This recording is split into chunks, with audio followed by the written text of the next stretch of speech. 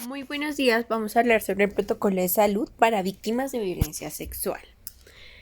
La violencia sexual es una problemática mundial que en las últimas décadas ha sido reconocida como una violación de los derechos humanos, sexuales y reproductivos que vulnera la dignidad humana, la integridad, libertad, igualdad y autonomía. Así, se constituye en una problemática de salud pública por su magnitud y las afectaciones que producen la salud física, mental y social. La violencia sexual, al tener repercusiones tanto en el bienestar de la víctima y sus familias, también genera un perjuicio a la sociedad en general. La violencia sexual ha sido definida por la OMS y la OPS en 2003 como el todo acto sexual, la tentativa de consumar un acto sexual, los comentarios o insinuaciones sexuales o no deseados o las acciones para comercializar o utilizar de cualquier otro modo la sexualidad de una persona. Es necesario aclarar que no todas las formas que se manifiestan como violencia sexual son delitos o están consagrados en el Código Penal. Por ejemplo, los comentarios o insinuaciones sexuales no se encuentran consagrados, mientras que el acto sexual o el abuso sexual sí lo están. Partiendo de esta definición, vamos a hablar sobre los pasos fundamentales de la atención integral de las víctimas de violencia sexual. El primer paso es la preparación de la comunidad para acceder a los servicios integrales de salud dirigidos a víctimas de violencia sexual. Entonces, es necesario implementar de manera permanente acciones de información, educación y comunicación dirigidas hacia la comunidad en general en torno a los siguientes temas. Primero, el carácter de urgencia médica que siempre tiene cualquier caso de violencia sexual, independientemente del tiempo transcurrido. Hay que hacer referencia a esto. Supongamos dos casos diferentes. El primer caso, el tiempo transcurrido del momento de la agresión a la consulta al sector salud es de 6 días y el segundo es de 6 meses. A pesar de que el de 6 meses tiene mucho tiempo, ambos tienen la misma y el mismo carácter de urgencia médica. Claro está que dependiendo del tiempo se van a aplicar ciertos aspectos y otros no. Entonces, independientemente de eso, se debe brindar atención integral inmediata a las víctimas. Segundo, el carácter gratuito que tiene la atención integral en salud a cualquier víctima de violencia sexual, sean niños, mujeres, niñas, adolescentes, víctimas en marco del conflicto armado y otras personas. Tercero, la confidencialidad en torno al acto médico que reviste la atención integral de una víctima de violencia sexual. Cuarto, los derechos de los pacientes, especialmente el derecho de las víctimas de violencia sexual a ser tratadas dentro de los servicios de salud con dignidad, discreción y respeto por su privacidad en el marco de la protección de su seguridad personal. Un ejemplo de esto es que el paciente tiene el derecho de rehusar o rechazar tratamientos o procedimientos que se le ofrezcan. Quinto, los servicios de salud disponibles en la zona para las víctimas de violencia sexual y la manera de acceder a ellos. Los horarios de atención de esos servicios de salud. Claramente, estos son disponibles 24 horas al día, 7 días a la semana. Séptimo, los beneficios en salud para las víctimas de violencia sexual que se derivan de una atención oportuna y adecuada. Y por último, la necesidad que las víctimas de asaltos sexuales acudan inmediatamente o por lo menos lo más pronto posible a los servicios de urgencias médicas sin bañarse ni cambiarse de ropa. Si se llegan a cambiar de ropa, lo más favorable es que lleven esa ropa que tuvieron en el momento de que ocurrieron los hechos en una bolsa. Por otra parte, es necesario explicar las poblaciones altamente vulnerables para este problema. Tenemos mujeres y adolescentes usuarios de servicios de salud sexual y reproductiva, usuarias de programas de control prenatal, personas usuarias de programas de atención integral en ITS, VIH, SIDA, usuarios de los servicios y programas de atención integral a niños, niñas y adolescentes, población de niños, niñas y adolescentes escolarizados y no escolarizados, usuarios de los servicios y programas de salud mental y psiquiatría, personas en situación de desplazamiento o retorno que habiten en zonas afectadas por el conflicto armado, mujeres y otras personas con discapacidad, mujeres y otras personas privadas en la libertad en centros carcelarios, mujeres, niñas, niños y adolescentes en situaciones de desastre natural, personas con orientaciones sexuales o identidades de género diversas, personas pertenecientes a pueblos indígenas y afrodescendientes y personas migrantes y refugiadas. Por otra parte, es importante tener en cuenta los derechos de la víctima de violencia sexual, los cuales conjuntamente se enlazan a los derechos del paciente. Los derechos de la víctima se encuentran en la Ley 360 de 1997. El primero es ser tratado con dignidad, privacidad y respeto durante cualquier entrevista o actuación con fines médicos, legales o de asistencia social. Ser informado acerca de los procedimientos legales que se derivan del hecho punible. Ser informado de los servicios disponibles para atender la necesidad que le haya generado el delito. Tener acceso a un servicio de orientación y consejería gratuito para ella y su familia atendiendo por personal calificado. Tener acceso gratuito a los siguientes servicios: examen y tratamiento para la prevención de infecciones de transmisión sexual, incluso el VIH-Sida. Examen y tratamiento para trauma físico y emocional, recopilación de evidencia médica legal y ser informado sobre la posibilidad de acceder a la indemnización de los perjuicios ocasionados con el delito. Por otro lado, tenemos que conjuntamente trabajan los derechos del paciente. Los derechos del paciente están entre ellos su derecho a elegir libremente al médico, a las instituciones de salud que presten la atención requerida, su derecho a disfrutar una comunicación plena y clara con el médico, apropiadas a sus condiciones psicológicas y culturales, es decir, no se le va a hablar de misma forma a un joven de 17 años como a una señora de 24. También su derecho a recibir un trato digno respetando sus creencias y costumbres, así como las opiniones personales que se tenga sobre la enfermedad que sufre. Su derecho a que todos los informes de la historia clínica sean tratados de manera confidencial y secreta, salvo que la misma paciente permita con autorización expresa que sean conocidos. Su derecho a que se le preste durante todo el proceso de la enfermedad la mejor asistencia médica disponible, siempre respetando los deseos del paciente frente a una enfermedad irreversible. Su derecho a revisar y recibir explicaciones acerca de los costos a pagar por los servicios obtenidos. Su derecho a recibir o rehusar apoyo espiritual o moral cualquiera que sea el culto religioso que profesa. Su derecho a que se respete la voluntad de participar en investigaciones realizadas por personal científicamente certificado. Claro está que en este punto se debe hablar sobre los beneficios, riesgos, el objetivo, los métodos. Su derecho a que se le respete la voluntad de aceptación a rehusar la donación de sus órganos para que estos sean trasplantados a otros enfermos. Y su derecho a morir con dignidad y a que se le respete la voluntad de permitir que el proceso de muerte siga su curso natural. Por ejemplo, el firmar la no reanimación. Paso número 2. Verificación y mantenimiento de las condiciones mínimas necesarias para brindar una atención integral a la víctima de violencia sexual desde el sector salud. Para este punto es importante tener en cuenta la verificación y mantenimiento de las condiciones mínimas necesarias para brindar integración a la víctima de violencia sexual desde el sector salud. Entonces, estas son actividades que debe realizar las directivas de la institución, un delegado correspondiente, el equipo institucional básico de cada institución médica, como lo son el delegar a una persona responsable, conformar el equipo institucional básico conformado por profesionales de medicina, enfermería, trabajo social, también capacitar para la apropiación del modelo de atención integral en salud para víctimas de violencia sexual, desarrollar flujo ramas de atención en salud y procesos administrativos, esto pues de acuerdo con cada entidad, adelantar procesos de información y capacitación al interior de la entidad, es decir, procesos de información y capacitación frente a cómo actuar o implementar acciones para informar y capacitar al personal de salud y administrativo de cómo deben entrar en contacto con una víctima de violencia sexual. Garantizar insumos y situación para la atención, seguir las rutas del proceso para lograr la articulación intersectorial e interinstitucional, así como los procesos de referencia y contrarreferencia cuando se requieren. De esta forma se busca evitar los procesos de revictimización, establecer un espacio seguro y confidencial para su atención y los insumos adecuados para la misma. Y finalmente, activar el proceso de trabajo en red intersectorial e interinstitucional. Es decir, que la persona delegada del equipo de cada institución debe entrar en contacto con los comités, redes o mesas de atención a víctimas de violencia sexual. El paso número 3 es la recepción inmediata de la víctima de violencia sexual en el servicio de urgencias médicas. ¿Esto qué implica?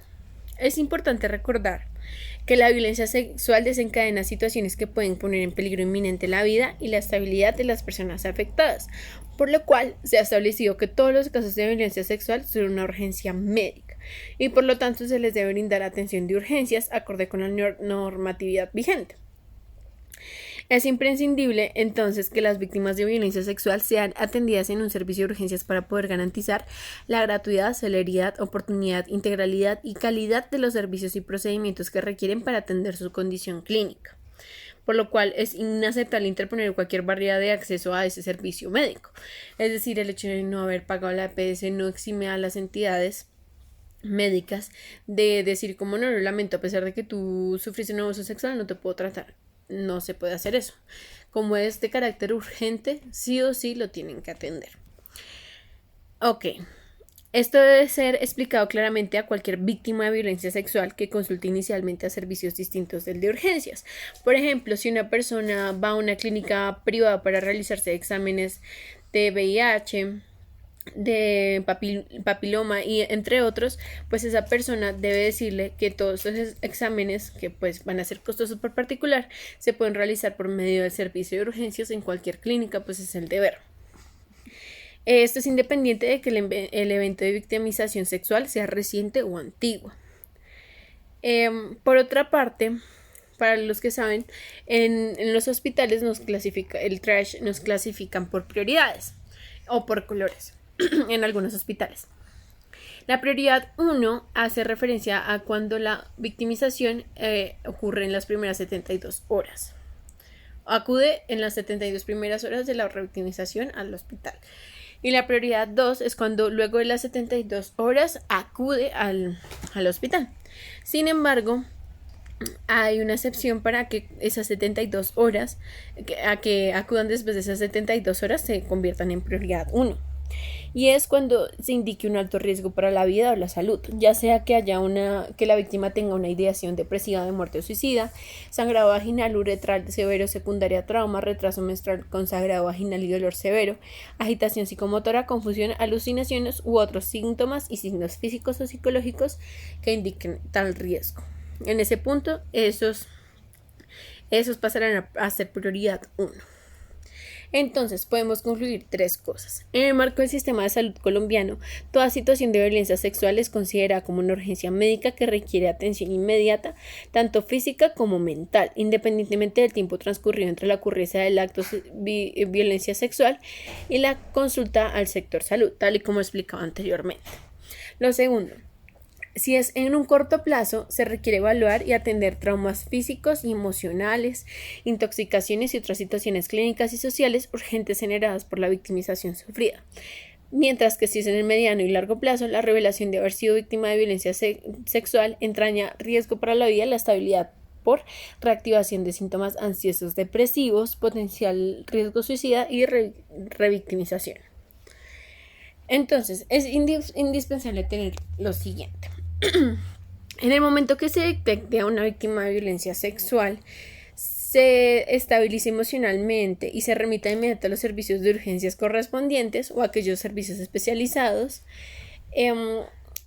donde deben recibirla y atenderla sin ningún tipo de demora ni requisito u obstáculo para que se inicie la atención integral. En el contacto inicial con el servicio de urgencias o el servicio especializado para la atención inicial de urgencias de la víctima de violencia, lo primero que debe realizarse es una valoración del peligro inminente que puede estar corriendo la vida de la víctima, de modo que se brinde la estabilización necesaria como un paso previo a la continuación de los pasos del protocolo de atención integral. Es decir, que, digamos, si la persona está muy alterada o muy eufórica, lo primero es que hay es estabilizarla, calmarla y ahí sí seguir con el siguiente paso, el cual es realizar una completa valoración clínica inicial a la víctima. Debe realizarse tomando en cuenta las necesidades específicas de la exploración que plantea cada caso según se trate de un asalto sexual, un caso de abuso sexual crónico o de abuso y explotación sexual comercial. Es decir, que dependiendo de qué tipo de violencia, se podría decir de abuso sexual, sufrió, se va a determinar cómo se va a tratar. En tal marco, entonces, debe incluir las exploraciones relativas a examen físico general, examen genital y examen mental. El objetivo primordial de este examen clínico es determinar cuál es el cuidado médico indicado según los requerimientos de la víctima en ese momento para estabilizar su condición, dentro de los lineamientos planteados en este modelo o aquellos adicionales que por la condición clínica se puedan requerir. Entonces, este paso se compone de 4 partes. La primera es la anamnesis de la víctima de violencia sexual. La segunda, el examen clínico general de la víctima de violencia sexual. Tercero, el examen clínico genital y anal de la víctima de violencia sexual. El cuarto, diagnósticos clínicos en la víctima de violencia sexual. Pero antes de entrar en cada uno de ellos, es importante establecer los componentes de la acción de la atención en salud para víctimas de violencia sexual. El primero es la atención de urgencia, es decir, que el hecho de llegar se inicia el protocolo de atención en salud mental y salud física.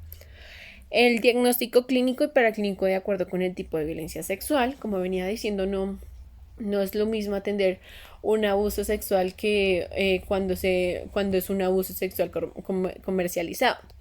Tercero, la profilaxis y tratamiento de ITS-SIDA, la anticoncepción de emergencia, siempre antes de las 72 horas, excepcionalmente antes de las 120. Asesoría para la interrupción voluntaria del embarazo, recolección de evidencia, orientación a la familia, planeación de seguimiento y remisión a otros servicios de salud requeridos, y remisión a protección y reporte a justicia.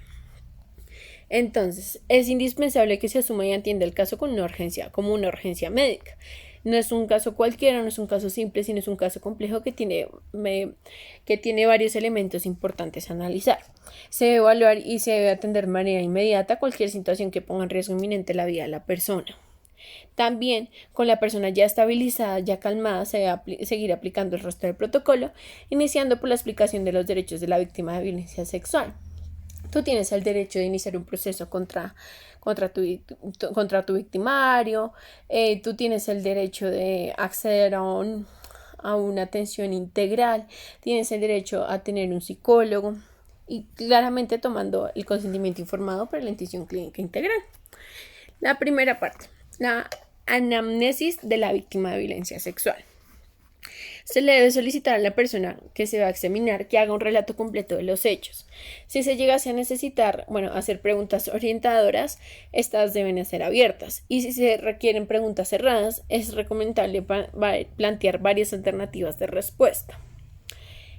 Por ejemplo, un ejemplo de pregunta orientadora. Dime qué fue lo que pasó. Dime cómo lo conociste. Dime qué estabas haciendo en ese lugar, entre otras. Deben evitarse preguntas sugestivas que conduzcan o orienten la respuesta hacia una situación que la persona entrevistada no ha mencionado. Por ejemplo, si yo le pregunto, si la persona me está contando que estaba caminando hacia su casa, y yo le pregunto, ¿y cómo ibas vestida con falda? Pues ahí estoy sugestionando a la persona para que me diga algo que yo quiero escuchar, y eso no se debe hacer. Tampoco se deben dar suposiciones que le den otro rumbo a la entrevista, agregando como cositas que la persona no ha dicho. Si es necesario puntualizar algún aspecto orientador para el examen, deben hacer preguntas que incorporen la información que la víctima ya ha dicho. Si ya dijo que iba caminando hacia su casa a mediados de las 12, pues esa información la puede utilizar para realizar una pregunta. A víctimas de menores de 3 años no se les debe realizar entrevista clínica directa, solamente se les debe tranquilizar y explicar por qué están allí, y luego sí se toma la información de la persona adulta a cargo, siempre que esa persona adulta, y es necesario verificar, no sea el mismo victimario, pues el victimario nunca debe estar en el mismo escenario terapéutico con la víctima. Por otra parte, es importante entender que en niños y niñas y adolescentes mayores la entrevista debe adecuarse a su nivel de desarrollo. Entonces esto lo pueden ver en la tabla que se está presentando, y es que dependiendo del nivel de desarrollo según la edad se pueden realizar ciertas preguntas. Por ejemplo, a un niño de 11 a 12 años le puedes preguntar circunstancia, número de veces, cuándo, dónde, quién, qué, mientras que a un niño de 3 años nomás le puedes preguntar quién, qué, y normalmente ellos van a contestar mi tío y qué me tocó, solamente eso, mientras que un niño de 4 a 6 años te va a decir dónde fue que tocó. Bueno, es indispensable que se evite la revictimización de la persona que está siendo atendida, pues esto puede generar efectos negativos a la misma. Se debe evaluar la situación de seguridad de la víctima para tomar medidas que reduzcan el riesgo de sufrir un nuevo evento de violencia sexual. Si convive con el victimario, pues lo mejor es evitar ese contacto continuo. Asegurar condiciones de confidencialidad y privacidad. Toma los datos de información general que faciliten la comprensión de la situación clínica. En cuanto al incidente de violencia sexual que organizaba la consulta que se está atendiendo, todo eso debe estar caracterizado en la historia clínica de acuerdo a cómo lo describió y lo contó la víctima o sus acompañantes en caso de que sean menores de 3 años. También se debe registrar en la historia clínica las acciones de la víctima que pueden tener implicaciones médico-legales. El hecho de haberse lavado, el hecho de haber cambiado la ropa, el hecho de haber defecado, de haber utilizado tampones o toallas higiénicas luego de la agresión sufrida. También se debe averiguar y registrar sobre el uso de anticonceptivos por parte de la víctima. Esto no exime a la entidad de salud de dar la pasta anticonceptiva de emergencia. También se debe establecer el historial menstrual y obstétrica en el caso de mujeres, niñas, adolescentes y adultos, es decir, registrar si hay antecedentes de partos, si la víctima se encuentra en gestación, está embarazada. También se debe establecer la historia de las relaciones sexuales, esto solamente consentidas, solamente en caso de que se vaya a tomar muestras para análisis de ADN. Pues si sacan una muestra de análisis de ADN y hay dos, hay de Pepito y hay de Carlos, y yo tuve relaciones consentidas con Carlos, pues Pepito es mi agresor. Historia de mutilación sexual femenina, referencia a la ablación del clítoris, estaba con el antihepatitis B y tétanos y estaba ante el VIH-Sida. Parte B. El examen clínico general de la víctima de violencia sexual. Si la víctima se encuentra extremadamente agitada o ansiosa o depresiva, lo primero que hay que hacer es tranquilizar verbal y si esto no funciona, toca sedar. Pero antes, los componentes del examen clínico general de la víctima de violencia sexual es la valoración de la apariencia general, el examen clínico mental completo y el examen físico completo. Entonces, como venía diciendo, si la víctima se encuentra extremadamente agitada, ansiosa o depresiva, hay que iniciar intentando tranquilizarla verbalmente. Tranquila, todo va a pasar, tú no tuviste la culpa. Eres muy valiente por estar aquí. Si esto no funciona y está totalmente ansiosa, ya se quiere morir, pues ahí toca sedar. Durante todo el procedimiento del examen físico de la víctima de violencia sexual se le va a informar todo lo que va a hacer.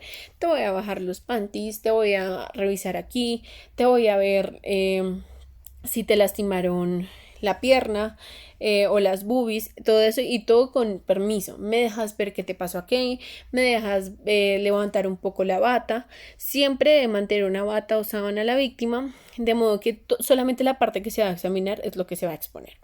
Entonces, esa parte de tranquilización verbal es la desculpabilización y reiteración de la víctima de que en realidad fue muy valiente el buscar una solución y buscar ayuda, tanto psicológica, médica y legal. También se debe realizar una evaluación de la intervención terapéutica de urgencias. Como aquí hace referencia de si se ve afectada la persona totalmente o un poco, así sea, se debe buscar la forma de que un psicólogo la evalúe, que la escuche y hablen. Es indispensable entonces que se registren siempre los componentes del examen mental como porte, actitud, conciencia, orientación, pensamiento, efecto, senso, percepción, atención, sueño, memoria, inteligencia, lenguaje, conductas, juicio, realidad, prospección e introspección. Por ejemplo, memoria, recuerda todo lo que pasó. Lenguaje, cómo se expresa, conductas, qué expresiones faciales hace. Que juicio de realidad, se considera culpable el hecho de que la habían abusado sexualmente o no. Pensamiento, qué piensa al respecto, su actitud. Además de los componentes habituales del examen físico, se debe examinar las pictogramas de la localización y aspecto exacto de todas las heridas, si tiene, digamos, golpes, si tiene chupetones, si tiene rasguños, si tiene mordiscos, todo eso se debe establecer. El examen, parte C. El examen clínico genital y anal de la víctima de violencia sexual. Se recomienda valorar cuidadosamente, dependiendo de la edad, de la narración y vivencia de cada persona, si es necesario o no el examen físico genital o anal. Si el niño o niña dice que metió algo, pues se analiza que es necesario. Si no dice, sino solamente tocó la parte superior de su cuerpo, pues ahí varía y entendería que en realidad no es necesario hacer ese examen clínico genital, que lo único que haría sería empeorar la situación. Entonces, hay dos situaciones: si la consulta inicial se hace después de 72 horas, pero antes de una semana, y si la consulta ocurre después de una semana de la agresión sexual. En la primera opción, la valoración física y genital se debe orientar a documentar el tamaño y color de cualquier tipo de herida o cicatriz en cualquier parte del cuerpo. También, si hay proceso de curación, eso también se debe documentar. Si ocurre después de una semana de la agresión sexual y no hay contusiones, laceraciones, ni tampoco quejas ni síntomas, y hay poca indicación por un examen pélvico, pero el hecho de hacer ese examen puede resultar tranquilizador y con gran valor terapéutico, pues puede hacerlo para que la persona o la víctima esté tranquila de que en realidad no sucedió a más. Es indispensable informar previamente a la víctima sobre cada parte del examen genital, qué es lo que se va a hacer, pedir permiso, solicitar su aprobación y respetando el ritmo de la persona. No hay que olvidar que esta persona sufrió un abuso sexual y que tiene afectaciones psicológicas, entonces no va a ser lo mismo que analicen la vagina de una persona que sufrió abuso sexual a otra que no. Obviamente va a ser mucho más compleja una que sí pues puede recordar ciertos aspectos del abuso. Se debe documentar todo en la historia clínica, tanto la ausencia como la presencia de fisuras, desgarros, y ya pasaríamos a la parte de diagnósticos clínicos en la víctima de violencia sexual. Son estos 5, pero no vamos a entrar a fondo sobre ellos. En la fase o la fase número 5 es la toma de pruebas diagnósticas necesarias para explorar el estado de salud de la víctima en la evaluación inicial. Las pruebas diagnósticas que generalmente se hacen es la serología para la sífilis, la toma de endorbical para Gram y cultivo de agar, chocolate o Taller Martín orientada a la detección de gonococo, frotis en fresco tras la búsqueda de Trichomonas vaginalis como para descartar la presencia de vaginosis bacteriana, prueba de tamizaje para VIH, muestra de sangre en búsqueda de antígenos contra hepatitis B, y también se efectúa una búsqueda de espermatozoides en diversas muestras tomadas. Bueno, frente a esto hay 3 aspectos que hay que aclarar. La prueba de toma de embarazo no debe retrasar la oportunidad de la prescripción de la anticoncepción, es decir, que no se debe esperar que la prueba dé positivo o negativo para dar la pastilla de ayuda.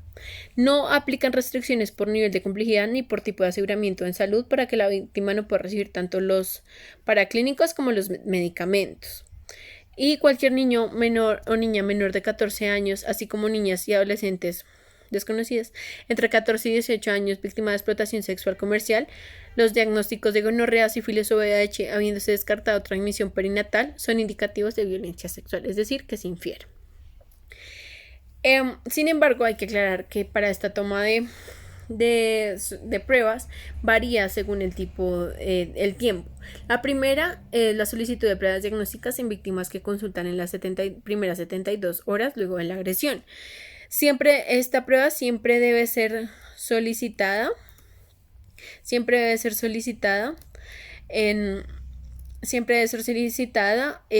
Una asesoría para prueba de VIH y la prueba rápida de anticuerpos VIH. También tanto para víctimas de asalto sexual, abuso sexual, explotación sexual, como para otros tipos de violencia. Además de esto, tenemos la solicitud de pruebas diagnósticas en víctimas que consultan entre 4 y 5 días después de la agresión, y estas varían según el tipo de agresión. Y según esto se determinan las siguientes pruebas: prueba de embarazo, asesoría para prueba de VIH, prueba rápida de anticuerpos para VIH, examen confirmatorio para VIH en caso de prueba rápida positiva, exámenes diagnósticos y confirmatorios para ITS. La siguiente es la solicitud de pruebas diagnósticas en víctimas que consultan entre 4 y 5 días después de la agresión sexual, y para estos que son víctimas de asalto sexual, abuso sexual y ESCNA que consultan después de 5 días de ocurrir la agresión sexual, se deben solicitar las pruebas y exámenes anteriormente nombrados. Y ya finalmente tenemos otras pruebas diagnósticas que pueden ser solicitadas durante la atención en salud a la víctima de violencia sexual. Y todas estas pruebas, tanto los resultados como las interpretaciones realizadas, deben establecerse en la historia clínica. Tenemos el paso número 6, que es la asegure profilaxis sindromática para ITS durante la consulta inicial por salud. Es indispensable entonces, según la Organización Mundial de la Salud en 2005, que las EPS cubran lo siguiente. Y también es indispensable que se realice la prescripción inmediata en todos los casos de asalto sexual, que se recomienda usar la profilaxis sindromática para ITS en casos de abuso sexual y SCNA y otras formas de violencia sexual, en los cuales se encuentre como signos o síntomas compatibles con la infección. Se aplique la profilaxis para hepatitis B mediante inicio o complemento de los esquemas vacunales. Esto es obligatorio por parte de la EPS. Y se realice una vacunación antitetánica dependiendo de la estado de inmunización previa a la agresión sexual. Finalmente, también tenemos el paso número 7, que es el asegure profilaxis para VIH-Sida durante la consulta inicial para la salud. Es inaceptable cualquier retraso para la prescripción y suministro de la profilaxis VIH-Sida cuando ésta esté indicada. Y la toma de exámenes de laboratorio no es prerequisito para iniciar la profilaxis descrita en las ayudas didácticas de este protocolo, a excepción de la prueba de VIH antes de iniciar tratamiento profiláctico con ARV. Esto es deber de todas las instituciones. Entonces tenemos dos circunstancias: cuando se da durante las primeras 72 horas de ocurrida la agresión sexual y transcurridas 72 horas desde la agresión sexual. En el primer caso, es indispensable que se ordene o suministre la profilaxis para VIH-Sida siempre que estemos en casos de asalto sexual. Y también estará indicada en otros tipos de agresión sexual, pero cuando se verifique que la prueba inicial es negativa y se determine clínicamente que existen condiciones de alto riesgo para contraer la enfermedad. Ya en el segundo caso, es indispensable que en cualquier caso de asalto sexual, abuso sexual y otras formas de violencia, se analice si procede los protocolos y los resultados. Para ello tenemos el siguiente cuadro. En grandes rasgos nos dice cuándo es un riesgo considerable a la exposición y cuándo es un riesgo insignificante.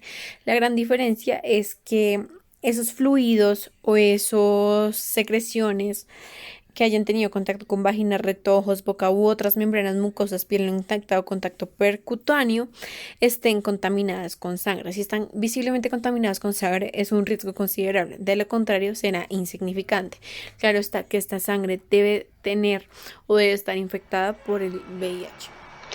Perfecto. Ahora vamos a hablar del paso número 8, que nos señala: asegura anticoncepción de emergencia y acceso a interrupción voluntaria del embarazo. Este paso número 8 lo vamos a dividir en dos momentos. El primero, que ocurre durante las 72 horas después de la agresión sexual, y en un segundo momento, que ocurre después de las 72 horas y antes de las 120 horas, que para términos de días hablamos de 5 días. Entonces, el primer momento.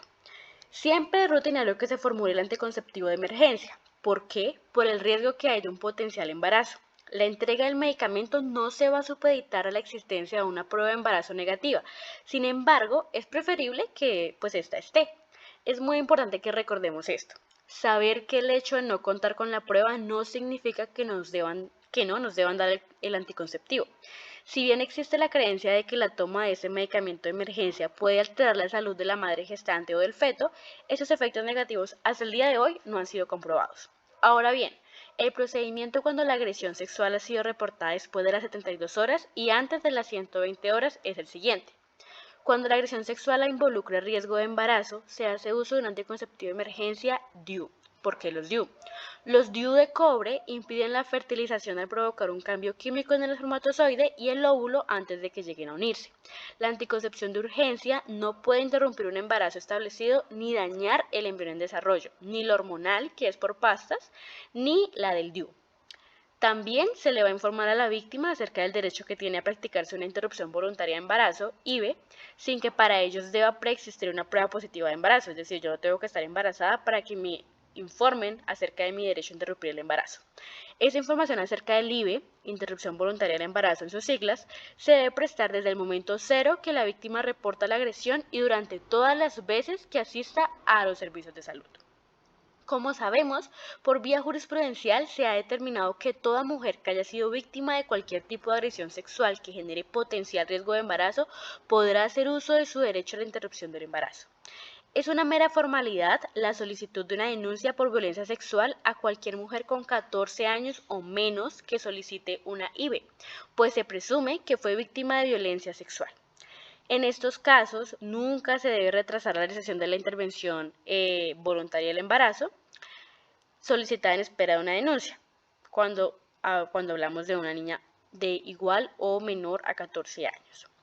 La decisión de la niña prima sobre la de sus padres, en caso de que ellos no estén de acuerdo con la IVE, pero ella lo solicite.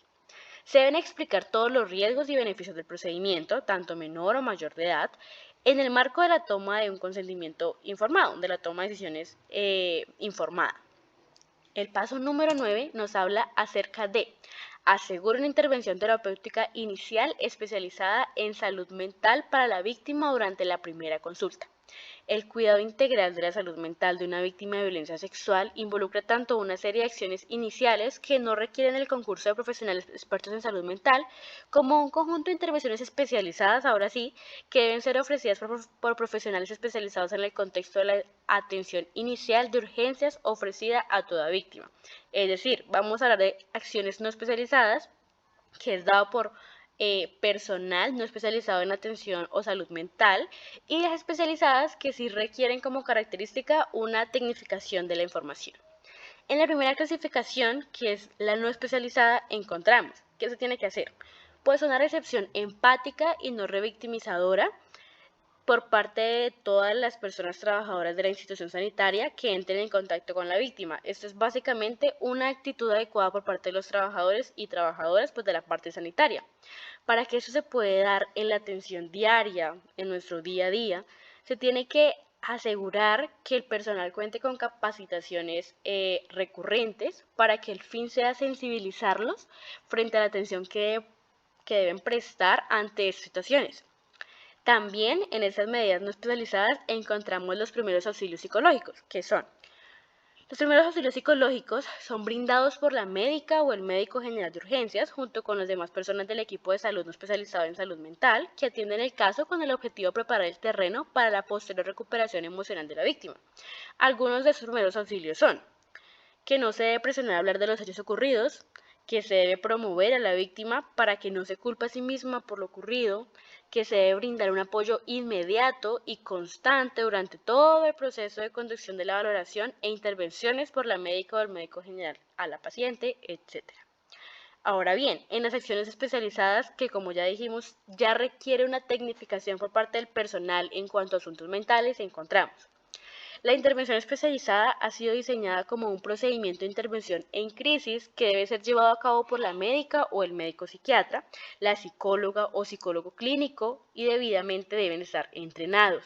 Posteriormente, si dichos profesionales lo consideran necesario, la víctima puede ser referida para continuar su atención ambulatoria para completar una psicoterapia breve por psiquiatría o psicología en consulta externa o puede ser derivada para atención integral en salud mental a cargo de un equipo interdisciplinario.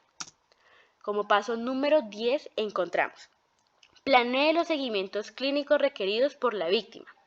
La médica o el médico general que atiende la consulta inicial de urgencias con una víctima de violencia sexual debe dejar debidamente programados todos los seguimientos que se requieren e informar sobre su importancia a la persona y a su familia cuando sea el caso. Es decir, el primer médico que recibe a la paciente en urgencias lo que va a hacer es que va a ser un planificador del proceso que empieza desde ese momento.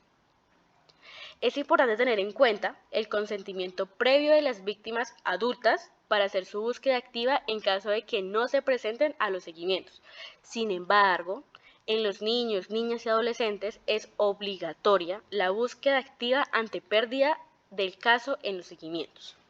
Se tiene previsto que cada víctima de violencia sexual le sean realizados un total de 5 consultas de control luego de efectuar la atención inicial de urgencia, con la siguiente periodicidad.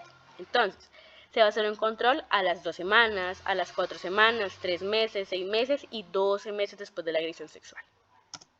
Paso número 11. Derive hacia otros profesionales de la salud requeridos para asegurar la atención integral de las víctimas de violencia sexual. La atención integral en salud de una víctima de violencia sexual se puede requerir el concurso de otros profesionales sanitarios adicionales a los mencionados hasta ahora por ese protocolo, hacia quienes debe ser remitida la víctima en virtud pues, de sus necesidades clínicas, como cuáles. Algunas de las remisiones que podrán hacerse son hacia profesionales sanitarios o de las ciencias sociales debidamente entrenados en la atención de la víctima de violencia sexual que solicita una intervención voluntaria del embarazo, una interrupción, perdón. Profesionales sanitarios debidamente entrenados en efectuar consejería pre y post-test de VIH-Sida, o profesionales especializados en salud mental como psiquiatras, psicólogos clínicos, básicamente expertos en psicoterapia breve con víctimas de violencia sexual. En el paso número 12 encontramos: derive hacia otros sectores involucrados en la atención inicial del caso de violencia sexual. Si el caso se identifica en primera instancia por el sector de la salud, es decir, ante la revelación directa o la detección de casos de violencia sexual, ese sector debe activar inmediatamente el sector protección. Si se trata de una víctima menor de 18 años de edad, los llamados a ser buscados es el defensor de familia del ICBF. Caso contrario, si se trata de una víctima ya mujer adulta, se debe activar la ruta de protección a través de la comisaría de familia, con el fin de dar inicio al proceso de restablecimiento de derechos y que se tomen las medidas de protección integral a las que tienen derecho las víctimas de violencia sexual.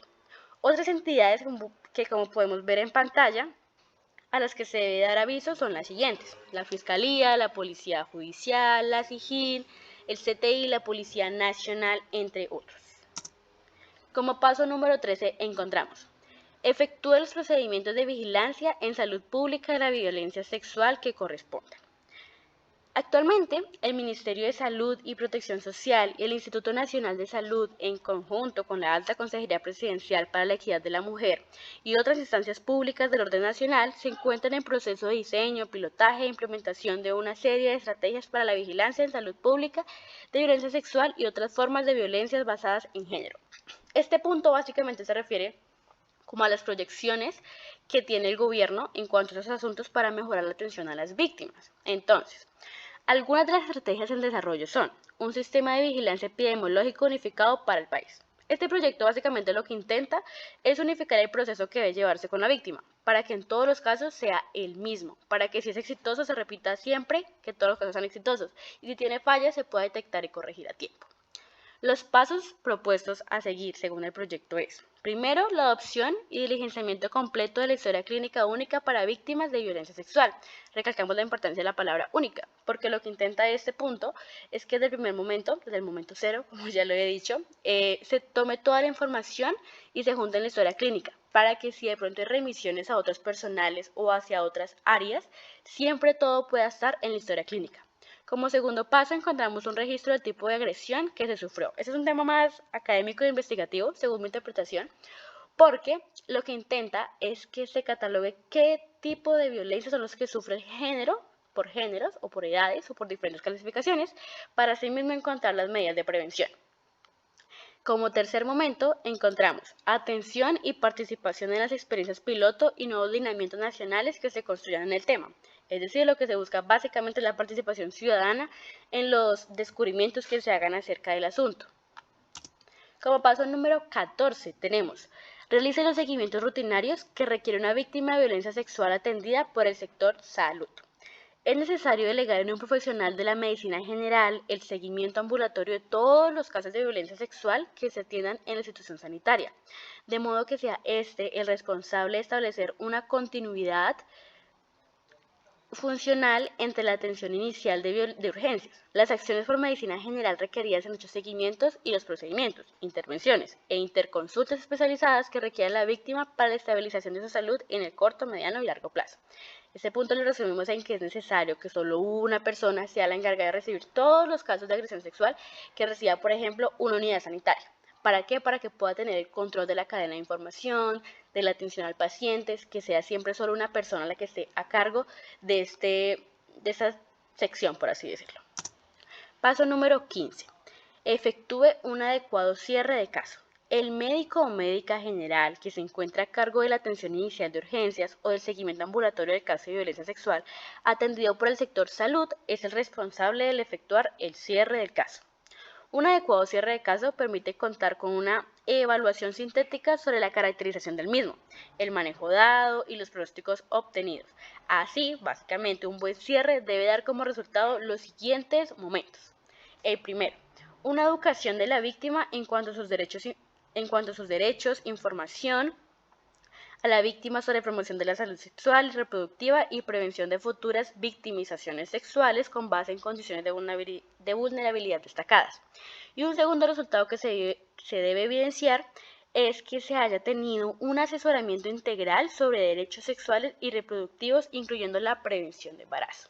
Este punto es bien importante porque lo que nos dice es que es esencial que al final, que antes de dar cierre a un caso, se haya detectado que efectivamente se dio toda la información y toda la atención integral a la víctima, pero sobre todo que la víctima tenga pleno conocimiento de qué puede hacer, de qué debe recibir, de qué debe exigir, para así el resultado básicamente que se busca es que la víctima pueda recuperar su salud mental y emocional en el menor tiempo posible. Espero que esta información haya sido de mucha utilidad y muchas gracias.